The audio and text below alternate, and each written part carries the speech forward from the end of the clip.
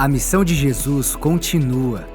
Transferida de geração em geração, ela continua por meio da sua igreja e dos seus discípulos espalhados ao redor de todo o mundo.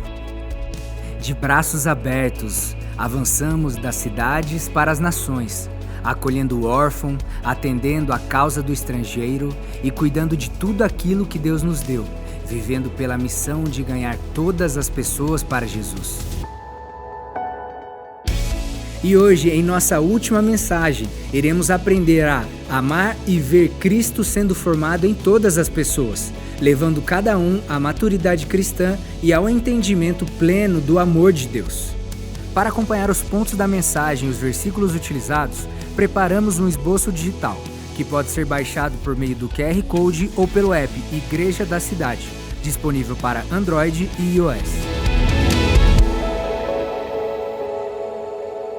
Amor em movimento. Nós entendemos como igreja que o amor não é um sentimento, não é só uma palavra bonita que a gente coloca nas redes sociais.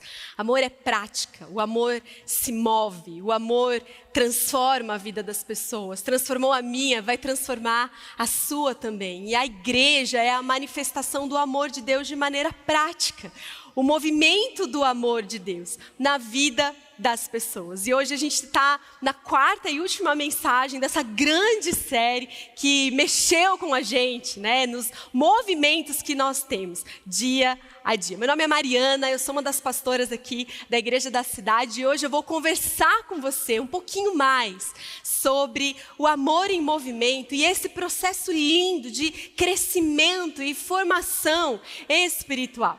Nessas últimas 4 semanas, a gente conversou sobre muitas coisas. A gente falou sobre o amor para as pessoas da nossa comunidade. Nós falamos sobre evangelismo e como nós vamos trazer uma mensagem de esperança. A gente também falou sobre esse amor que chega ao mundo, chega às nações. Nós falamos de missões, porque eu não sei se você sabe, mas essa é uma igreja de ação global. Não é à toa que temos um globo ali na frente, né? Nós temos auxiliado e apoiado igrejas ao redor do mundo e também por meio de missões. Você pode fazer parte disso. Semana passada, que domingo extraordinário, semana passada, né? Nós falamos sobre amar pessoas com necessidades especiais no nosso ministério Inclusão. E hoje nós vamos fechar essa série de mensagens falando sobre o amor que é expresso quando a gente vê Cristo formado nas pessoas. Quando a gente vê o Senhor Jesus mesmo, o caráter, o amor, a presença dele transformando a vida das pessoas. Assim como transformou a sua, transformar a vida de mais alguém. Nosso pastor Carlito Paes, ele fala, toda igreja que ama, cresce. E toda igreja que cresce, precisa amar. Mas é um amor de prática, é um amor real, é algo que se expressa em ações. E hoje nós vamos falar sobre esse tema, que às vezes talvez a gente não liga muito com algo em relação ao outro. Às vezes a gente fala sobre a formação de Cristo em nós, o crescimento espiritual, e a gente tem a tendência de pensar em nós mesmos, né? O meu crescimento espiritual, como eu estou crescendo. Mas na verdade, gente, você amar alguém e você ajudar alguém no seu processo de amadurecimento, no seu processo de conhecer a Cristo, no seu processo de ter Cristo formado neles, é um ato de amor. É um ato de graça. É o amor em movimento na vida de alguém. Não é algo simplesmente assistencialista, entende? É você olhar para aquela pessoa e falar, você é um discípulo extraordinário de Cristo. Você pode. Você tem o Espírito Santo dentro de você. E a gente vai junto caminhar essa linda jornada. A gente recebeu a capacidade do Espírito Santo para isso. 1 Coríntios 2,16, Paulo escreve, quem conheceu a mente do Senhor para que possa instruí-lo? Nós, porém, temos a mente de Cristo. Nós temos a mentalidade de Cristo. Nós podemos reagir, viver, crescer de uma maneira cada vez mais renovada e sadia, porque nós recebemos a mente de Cristo. E eu quero nessa manhã ler com você e lembrar com você de um dos textos em que Paulo usa justamente essa metáfora, essa ideia de Cristo formado. Ele, em suas diversas cartas no Novo Testamento, ele escreveu a carta de Gálatas, que foi escrita às igrejas da região da Galácia. A Galácia hoje fica ali na Turquia. Ali era parte do Império Romano, dentro daquele mundo ali da antiguidade, da qual Paulo fazia parte. E ele escreve essa carta a esses cristãos que ele conheceu, que ele ganhou para Jesus. Ele plantou uma igreja ali nas suas viagens missionárias. E ele ia de lugar em lugar, ele ia de cidade em cidade, porque o ministério dele também estava em constante movimento. E ele ouve notícias dessa igreja da Galácia. E ele então escreve uma carta para esses cristãos. E nessa carta, no capítulo 4, verso 19, ele escreve o seguinte. Quero convidar você a ler comigo. Meus filhos, novamente, estou sofrendo dores de parto por causa de vocês, até que Cristo seja formado em vocês. Eu estou sofrendo dores de parto, até que Cristo seja o quê? Formado. Então ele dá essa ideia para a gente tão especial, tão diferente. Cristo formado em vocês. Os cristãos são chamados a serem pequenos cristos. Não é a gente obedecer a uma lista de comportamento. Não é a gente ter uma roupa bonita para ir na igreja. É a gente ter uma vida na qual Cristo é formado em nós. De dentro para fora. E ele escreve para esses cristãos. Agora é interessante a gente pensar o que estava acontecendo ali na Galácia. Então, como eu disse, lá era uma província romana. Então, quer dizer que aonde os romanos chegavam, eles imprimiam a sua cultura. Então, eles imprimiam a sua religião, os seus hábitos, o seu entretenimento. Então, ali era cercado com aquela cultura grega, politeísta, que adorava o prazer, que era muito libertina. Toda aquela realidade estava ali na Galácia. Mas a gente também tinha os judeus que viviam naquela região, que se converteram à mensagem de Paulo. E eles estavam ali, a igreja, não sei se você sabe, a igreja primitiva se reunia nas sinagogas muitas vezes, que eram ali o ponto de encontro dos judeus. Então, esses novos convertidos, depois que Paulo saiu, eles começaram a falar, não, seguinte, vocês têm que obedecer a lei judaica, porque Jesus era judeu. Então, vocês têm que, por exemplo, se circuncidar. Se você se converteu, você tem que se circuncidar, você tem que obedecer à lei. Porque a igreja primitiva estava tentando entender qual era a doutrina, como ela caminhava, como ela era, como ela não era. E aí essas pessoas começaram a se apegar tanto à lei, começaram a se apegar tanto nos costumes, eles se apegaram tanto a fazer as coisas do jeito que eles sempre faziam, que eles começaram a impor isso na vida das outras pessoas. Então era uma igreja ali, começou a lidar com ideias conflitantes.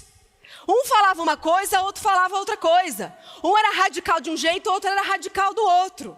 O outro vinha ali da festa do fim de semana, tentando entender o que era essa nova vida em Jesus. E o outro com todas aquele arcabouço de leis. Então era aquela igreja de uma tensão. E aí começou a acontecer uma distorção da mensagem do evangelho. Eles estavam perdidos, eles não sabiam bem mais o que era. Então Paulo escreve essa carta, dando uma exortação para essa igreja. Pessoal, vamos voltar ao verdadeiro evangelho, ao que Jesus fez na cruz por nós. Vocês não podem perder essa mentalidade. E aí, gente, eu pergunto para vocês, não parece um pouco os nossos dias?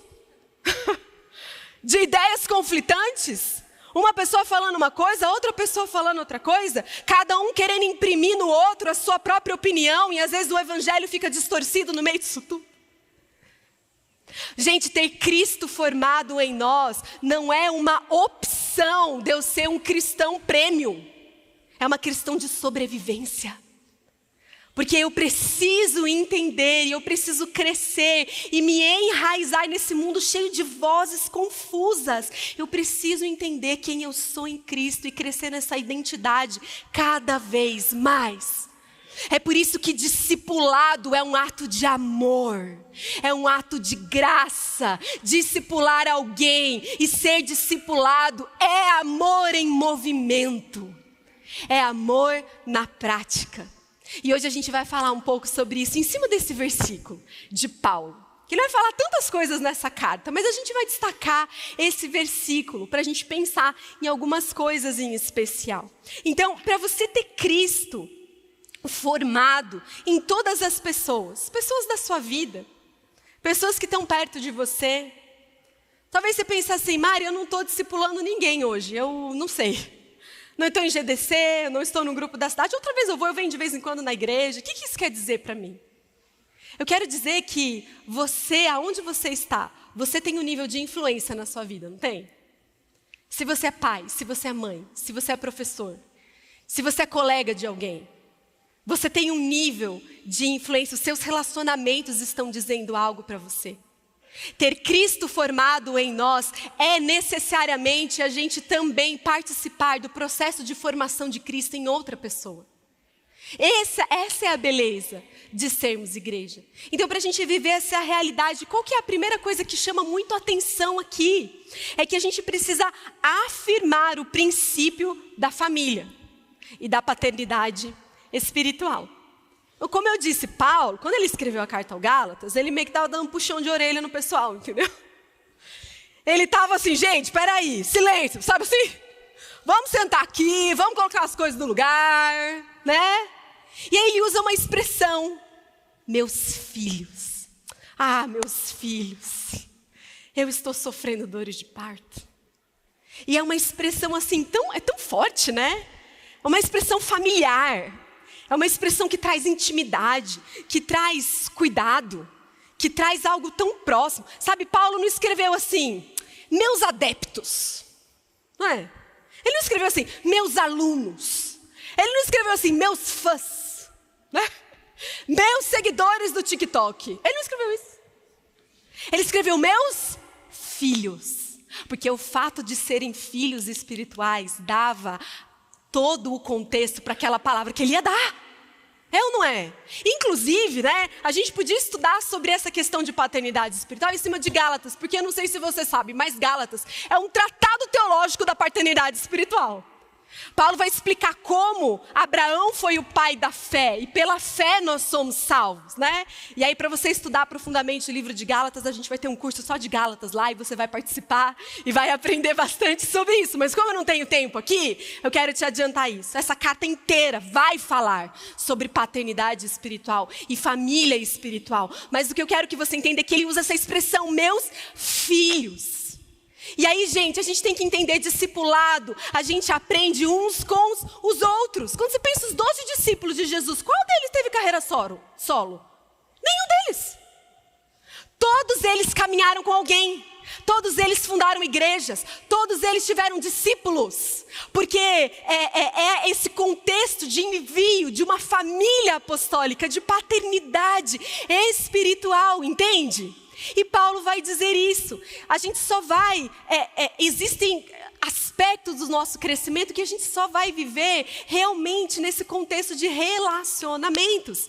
E num ambiente, num culto como esse, é maravilhoso. Ouvir uma música linda como essa, adorar o Senhor, sentir a presença de Deus, é muito especial. Mas para você crescer mais além, você precisa de relacionamentos significativos, de cuidado, de oração, alguém que caminha com você. Eu posso dizer por mim, eu não estaria onde eu estou hoje, na minha família, ou tantas coisas se não fossem pessoas que um dia me chamaram e falaram, minha filha, mas se não, minha filha, entendeu? Minha filha.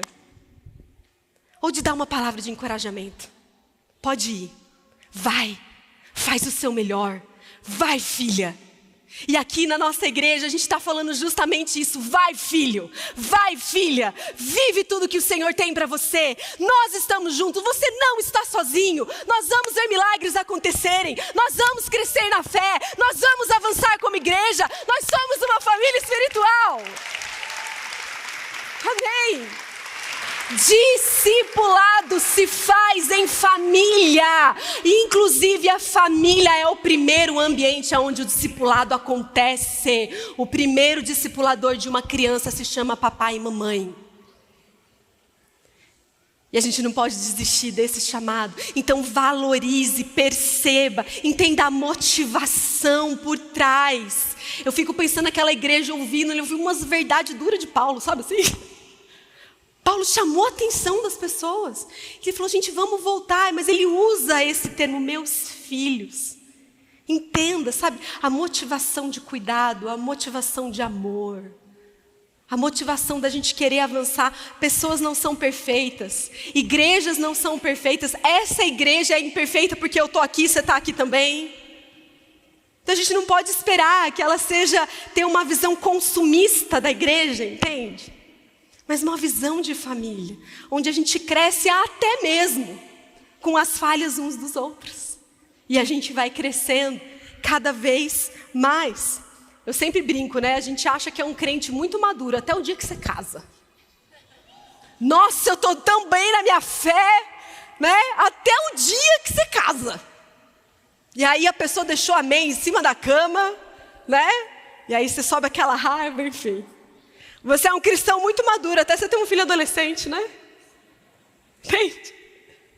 Porque nós aprendemos, nós somos forjados em relacionamentos e numa família espiritual. Segundo ponto, para ver Cristo formado em todas as pessoas, você precisa abraçar um processo doloroso. Aí esse é o ponto que a gente fala assim, pula, né? Esse aqui você pode pular. Porque ninguém gosta de dor. Ninguém gosta de processo doloroso. E Paulo, ele fala uma coisa assim muito... E é tão engraçado porque ele era homem, né? E ele fala, eu estou sofrendo dores de parto. É uma dor. Eu não sei aqui quantas mulheres aqui já entraram em dor de parto, mas vou falar para você. Não é uma dorzinha de dente não, gente. Pensa numa dor, né? Dor de parto, para ver Cristo formado em você. Agora, é muito interessante ele usar essa metáfora, porque o parto é um processo, é ou não é? Parto é assim, gente, começou a dor, você tem que ir até o final. Você não tem como entender, não, semana que vem eu volto, tá difícil demais para mim, semana que vem eu volto, não dá. Tem que ser até o fim.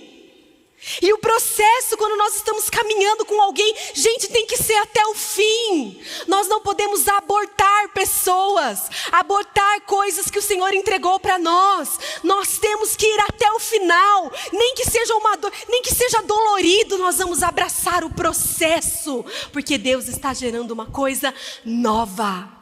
Dor de parto é dor de vida. Dor de parto é dor de recomeço. Dor de parto é dor de legado.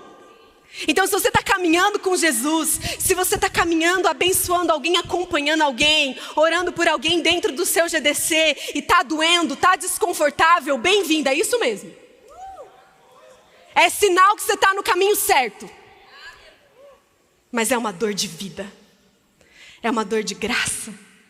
E eu fico pensando, Paulo, quando ele escreveu essa carta, ele estava naquele processo, né, de meu Deus, como é que eu posso ajudar, como é que eu posso orar, como é que eu posso exortar essas pessoas, e ele passou por esse processo, e essa carta chegou e está abençoando a minha vida e está abençoando a sua. Então o filho chegou, sabe assim, essa igreja persistiu, os filhos espirituais, eles continuaram a sua história. Então a gente continua, sabe, sabendo que o Senhor vai completar até o final, não depende de mim somente, sabe? É o Senhor Jesus que promove esse processo na vida das pessoas. Então não desista, não desista de ser paciente com seus filhos, não desista de disciplinar seus filhos em amor e sabedoria, não desista de aquela pessoa que, mais uma vez, você vai falar para ele, meu filho, vem aqui, meu filho. Vem aqui, minha filha. A responsabilidade, não é assim? Eu gosto de pensar assim, né? A mulher vai ganhar um filho. Tem o médico, tem o anestesista, tem o enfermeiro, tem o pai que fica lá do lado. Mas no fim das contas a responsabilidade é de quem? É da mãe. É com ela ali, entendeu? Gente, é com a gente. É com a gente. A responsabilidade de formarmos Cristo nas pessoas, de ajudarmos pessoas nesse processo é com a gente. Eu estou sofrendo essas dores de parto até que Cristo se revele na sua vida. Recentemente eu estava num retiro de pastores, enviado pela igreja, pela Rede Inspire, e para aprender mais sobre discipulado. E no final daquele encontro, só tinha casais de pastores ali, no final daquele encontro abriu para um momento de testemunhos, e uma moça levantou a mão, e ela falou assim: o meu testemunho é o seguinte, que nesse retiro, eu encontrei aqui um casal, que foram meus pastores quando eu era adolescente. Era um casal de pastores mais velhos, bem mais velho. E ela falou assim: eu queria dizer que eles cuidaram de mim quando eu tinha ali meus 14, 15 anos, eu dei trabalho, viu? Dei trabalho para eles, era da pá virada, era aquela menina, e eles cuidaram de mim com tanto amor. Mas depois eles foram para outro lugar, a gente se separou, a vida, separou a gente, eu nunca mais vi eles. Mas hoje eu estou aqui nesse retiro de pastores, porque o processo de Cristo na minha vida continuou. E eu me casei com um rapaz que era desse mesmo grupo de adolescentes e Deus nos chamou ao ministério. E hoje nós estamos aqui servindo ao Senhor e eu encontrei com o meu pastor de adolescentes nesse retiro. E ela falou para todo mundo ali que estava ali: não desista das pessoas de quem você está cuidando. Não negligencie, não ache que é pouca coisa aquilo que você está entregando na vida de alguém, porque você nunca sabe o que o Senhor vai fazer por meio daquela vida. Então não desista das sementes que você tem gerado, não desista das orações, não desista de estar disponível, não desista de, continuar mostrando graça, mostrando vida, porque o Senhor Jesus vai fazer coisas que a gente nem imagina. Mas nós precisamos abraçar esse processo. A gente precisa pagar o preço da renúncia, o preço de tentar mais uma vez, talvez um preço que é com você mesmo, porque todos nós estamos nesse processo. Quando uma mulher passa por uma dor de parto, quando termina ela ganha um bebê, mas ela mudou também, porque ela passa a ser uma mãe, ela é transformada. Então quando você passa por esse processo, você também está sendo transformado. Quando você discipula alguém, você também está sendo transformado. O Senhor está forjando pais e mães espirituais. Mas nós precisamos abraçar o preço que envolve esse processo. E por último, para ver Cristo formado em todas as pessoas, nós precisamos persistir até alcançar o resultado. Então Paulo vai dizer nesse versículo, ele vai falar: eu sofro por causa de vocês até que Cristo seja formado. Até que, gente, se é até que, é porque tem um alvo. É porque tem um lugar para onde eu estou indo, não é? Eu vou correr até passar o ponto de partida, até chegar à linha de chegada. É um alvo. E qual é o alvo? Qual é o objetivo? Cristo formado. O caráter de Jesus. Eu acho que a gente tem que parar de ver a fé cristã, ou a nossa fé, a nossa caminhada com Jesus, como uma lista de comportamentos, como um padrão. Não, é só um padrão que eu vou chegar na minha vida. Querido, Jesus não é um padrão. Jesus é uma pessoa. Jesus é uma presença. E eu ando com Ele a cada dia. Até que o meu relacionamento com Ele seja tão maduro, até que eu aprenda a ouvir Ele tão claramente, até que eu aprenda a obedecer tão prontamente, que o caráter dele se torna o meu. Eu ando tão perto de Jesus, que eu começo a falar do jeito que Ele fala, eu começo a amar do jeito que Ele ama, eu começo a ter as percepções que Ele tem, não que a minha carne tem. Não é mérito meu, não é eu que alcancei um padrão. É o relacionamento dele comigo que me transforma. Transforma a minha mente, transforma a minha maneira de agir, mas eu preciso persistir até que Cristo seja formado, até que eu viva esse processo. É um caminhar, é um dia a dia. E assim, eu não sei se você já aprendeu tudo sobre Jesus, eu não aprendi. Se você sabe tudo sobre Ele, eu ainda não sei. Então os caminhos de revelação de Deus são cada vez mais profundos e eles vão ser na sua vida. São cada vez mais claros e eles vão ser na sua vida. E eu posso viver esse processo dia a dia, até o dia em que eu for chamada para a glória. E eu vou ver Jesus face a face e eu vou conhecer Ele assim como Ele me conhece. Mas nessa caminhada eu já tenho uma familiaridade com o céu. Eu já tenho uma familiaridade com quem Cristo é. Porque o reino de Deus na terra é exatamente isso. É a gente desfrutar da presença de Jesus tão real, sendo transformada cada dia. E eu vou persistir. Eu vou persistir quando eu errar. Porque eu erro às vezes. Eu sabia que não era para falar daquele jeito e eu falei, né? Eu sabia, eu não fiz, eu me sinto mal comigo mesma. E aí, eu não sei, eu não vou mais. Aquele relacionamento difícil. E eu começo a me esfriar e de repente a desistência chega. Mas eu sou chamada a prosseguir. Eu sou chamada a entender a graça de Jesus para esse momento. Se você está passando um momento de disciplina, um momento de intervenção por causa de um erro seu, esse é o momento mais ainda de você se colocar aos pés de Jesus e saber que Ele está perto e receber do perdão dEle e receber da graça dEle. E receber da voz dEle que diz, eu não desisti de você. Assim como Ele fez para Pedro, você me ama, vai e apacenta as minhas ovelhas. Senhor, tem uma palavra de renovação. Às vezes as pessoas aqui que sabem o seu chamado ficou para trás. Você acha que o seu chamado foi esquecido por alguma coisa. Não, prossiga até que Cristo seja formado. Porque Ele restaura até mesmo chamados. Ele restaura famílias. Ele traz fora dons. Não há nenhuma dor que entregue aos pés de Jesus que Ele não possa redimir. Que Ele não possa transformar. Então não desista, prossiga, dê mais um passo, só mais um dia de cada vez, só mais uma vez, um dia de cada vez. E você vai perceber que a cada passo nessa rota, nesse processo, o Senhor está contigo.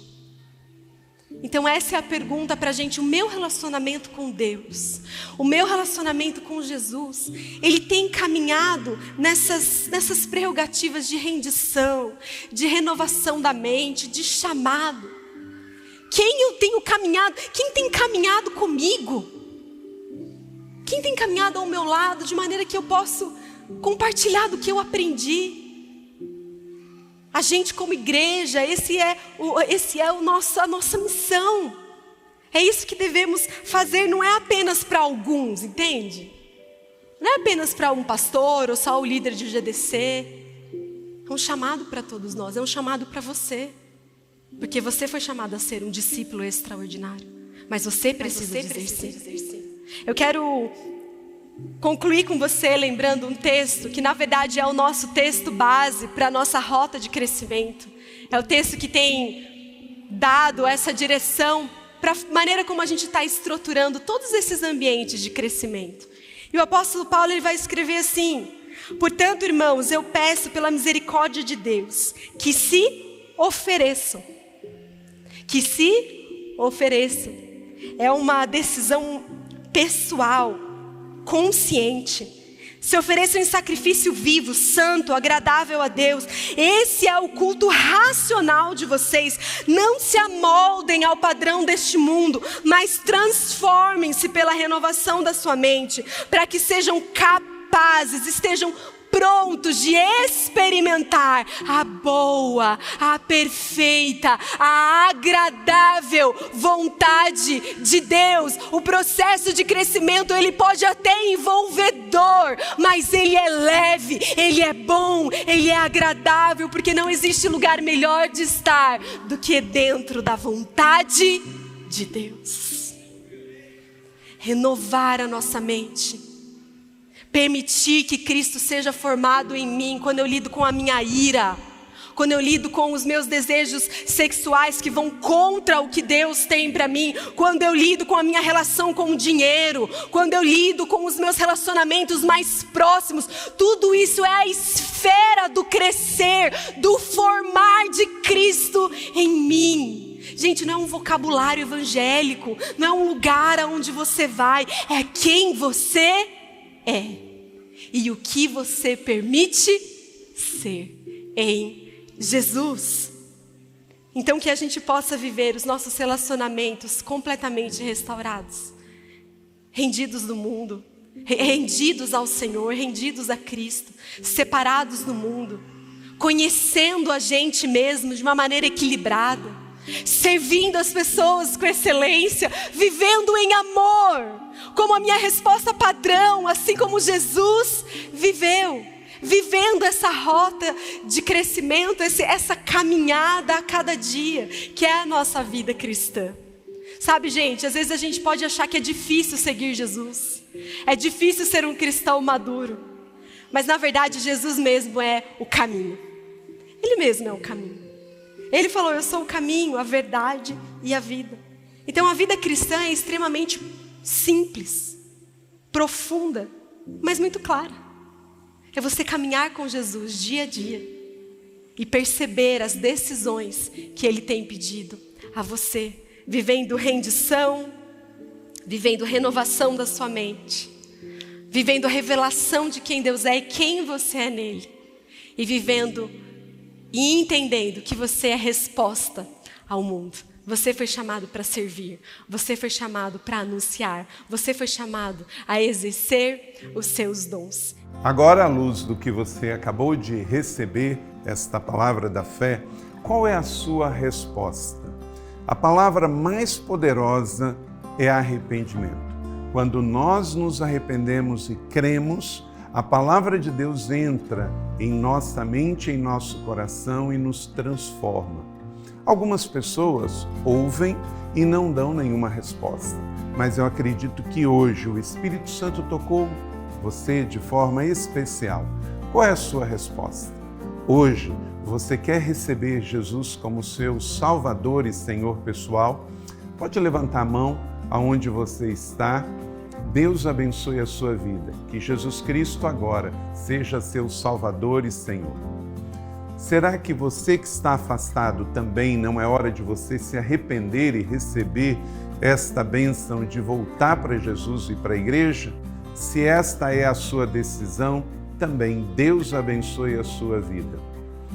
E você que se batizou, talvez bebê, isto não foi pecado, mas não foi uma decisão que trouxe mudança para a sua vida, porque o infante não tem vontade própria e ele não tem do que se arrepender. Mas agora você ouviu esta palavra e você quer de fato ser batizado, porque agora você entendeu. Então, a sua mãe, o seu pai, um padrinho pode ter levado você para ser batizado pequeno, mas Jesus não foi levado por Maria e José. O batismo bíblico, ele não é só por imersão, mas ele é também precedido de uma decisão de arrependimento. Você quer, agora que entende que é um pecador, também ser batizado? Amém? Deus abençoe e, por favor, entre em contato conosco. Aproxima o seu smartphone do QR Code que aparece na tua tela. Se você aceitou Jesus, se você quer se reconciliar na fé e voltar para a igreja, se você quer ser batizado, neste exato momento, preencha essa ficha online e mande os seus dados para nós. Nós não vamos compartilhar com ninguém a sua decisão, mas vamos entrar em contato com você. Então, seja muito bem-vindo e que Deus te abençoe. Estamos felizes, estamos em festa pela sua decisão hoje.